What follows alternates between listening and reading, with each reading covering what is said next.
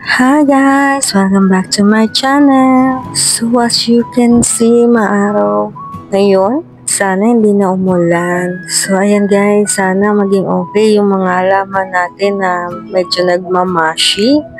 Ayan. So sana magtuloy-tuloy yung araw. For today's video guys, ipapakita ko naman si Portulaca afra or tinatawag green elephant bush. Ito guys, unlike kay jade plant na pinakita ko sa inyo kahapon, ito sa akin ay mabait.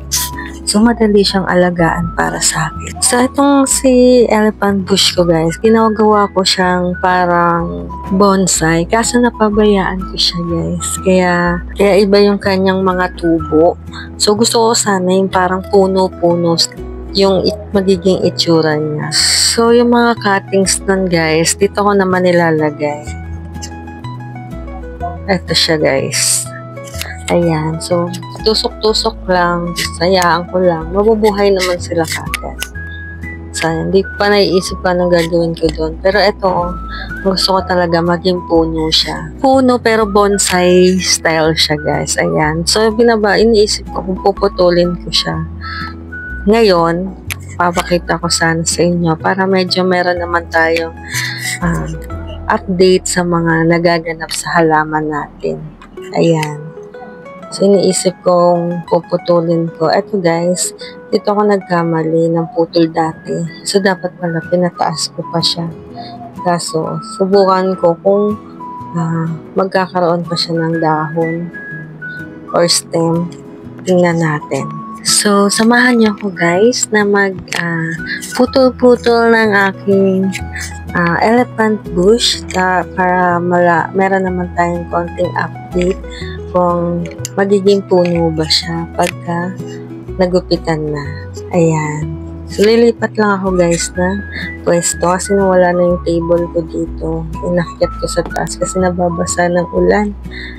Ayan. So, eto na guys. Lumipat lang ako sa taas. Ayan. Nakikita nyo yung stem na ito guys. So, sobrang tagal niya. Naging makahoy na talaga siya. So, itong mga humaba, mga bagong tubo na yan. Puputulin ko lang ng ganito. Ayan. So, ito isatabi ko na. Itutusok ko lang din naman siya doon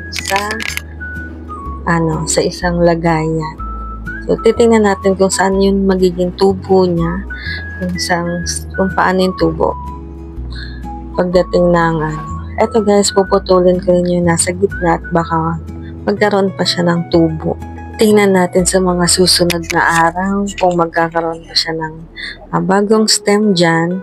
Ayan. So, papataasin natin yung mga bagong tubo. Saka ulit natin puputulin para maging puno siya. Itong si elephant bush guys, hindi na ako natatakot na baka magmashi siya, masira, ganyan. Kasi, maliban sa mapuno na yung kanyang, makahoy na yung kanyang stem, madali talaga siyang alagaan. Hindi siya maselan.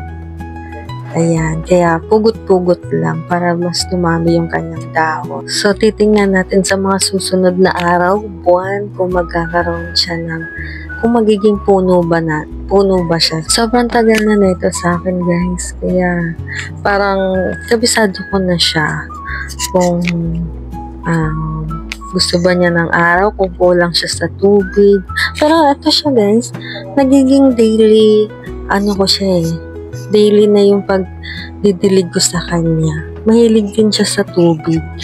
Pero dahil kinat ko siya, hindi ko muna siya tutubigan, didiligan. Mahilig siya sa tubig, sa sunlight. Hindi siya madaling magmash. Hindi katulad kay jade plant. Ay nako, doon talaga nahihirapan ako sa kanya. Gusto ko rin maging puno siya guys. Pero titingnan natin kung lumago pa siya. So, ayan guys. Si elephant bush, parang hindi ko na alam kung saan pa ako pupugot.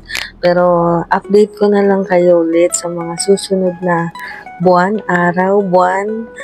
kung tutubuan siya. Gugupitan ko na lang din para makita nyo. Gusto ko yung ganun, mapunong-mapuno yung datingan niya. Tsaka check natin kung magkakaroon ng tubo dito sa gitna. Ayan. So, tamang pugot-pugot lang tayo. Gagawin nating puno si elephant bush. Ayan. So, ang ginagawa ko guys, pinupugutan ko siya. Tapos yung mga nasa unahan yan, yung mga ganyan, pinuputulan ko rin siya para dyan sa gilid sila tutubo. Ayan.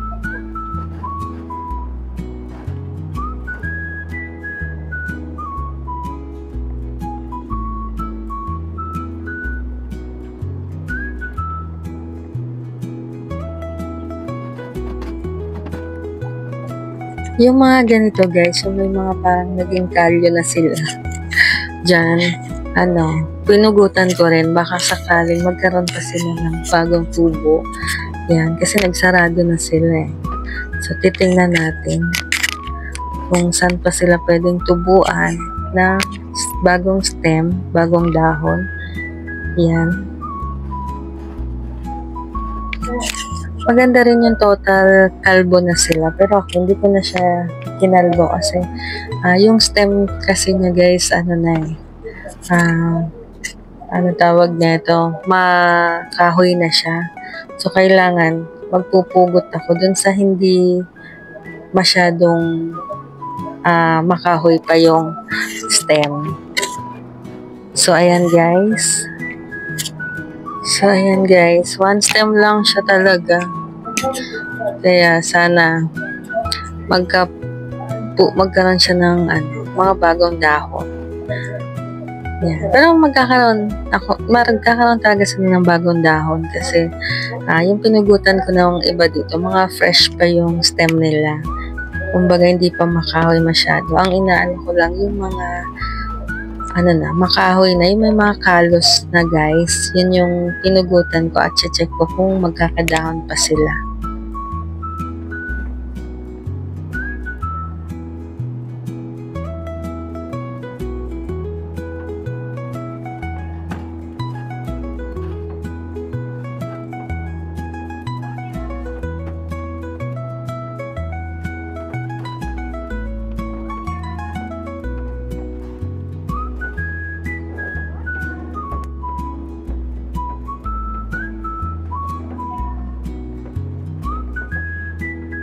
Ito guys, tingnan nyo dito. May tinubuan bagong stem. Ayan.